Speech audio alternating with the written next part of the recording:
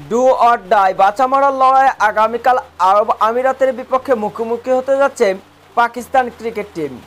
আরব আমিরাতের সাথে match জিতলেই qualify করবে সুপার ফোরে, অন্যদিকে যদি ম্যাচ হারে তাহলেই কিন্তু বাদ পড়ে যাবে চলতি এশিয়া কাপ থেকে।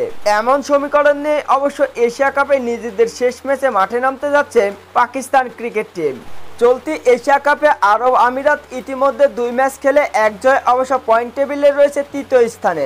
অন্যদিকে পাকিস্তান ক্রিকেট টিম তারাও 2 ম্যাচ খেলে এক জয় নিয়ে অবশ্য পয়েন্ট টেবিলে রয়েছে দ্বিতীয় স্থানে। তবে চলতি এশিয়া কাপে টানা 2 ম্যাচে 2 জয় নিয়ে অবশ্য পয়েন্ট টেবিলের একেবারে শীর্ষস্থান দখল করেছে গ্রুপ এ থেকে ইন্ডিয়ান ক্রিকেট টিম।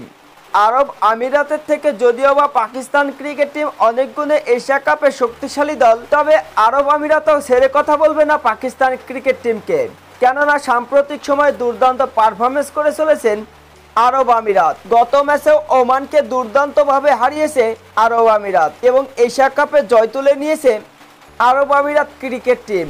আরব আমিরাতের কাছে যদি কোনোভাবেও ম্যাচটি হারে তাহলেই কিন্তু বাদ পড়ে যাবে পাকিস্তান ক্রিকেট টিম। তাই তো বাঁচা মরার লড়াইয়ে অবশ্য মাঠে নামতে দেখা যাবে পাকিস্তান ক্রিকেট টিমকে। তো বন্ধুরা, পাকিস্তান ক্রিকেট টিম তারা কি নিজেদের শেষ ম্যাচে আরব আমিরাতের বিপক্ষে জয় তুলে নিতে পারবে এবং এশিয়া কাপে সুপার ফোরে আশা বাঁচিয়ে রাখতে পারবে আরব আমিরাতের বিপক্ষে পাকিস্তান ক্রিকেট টিম? অবশ্যই কমেন্ট বক্সে জানাবেন।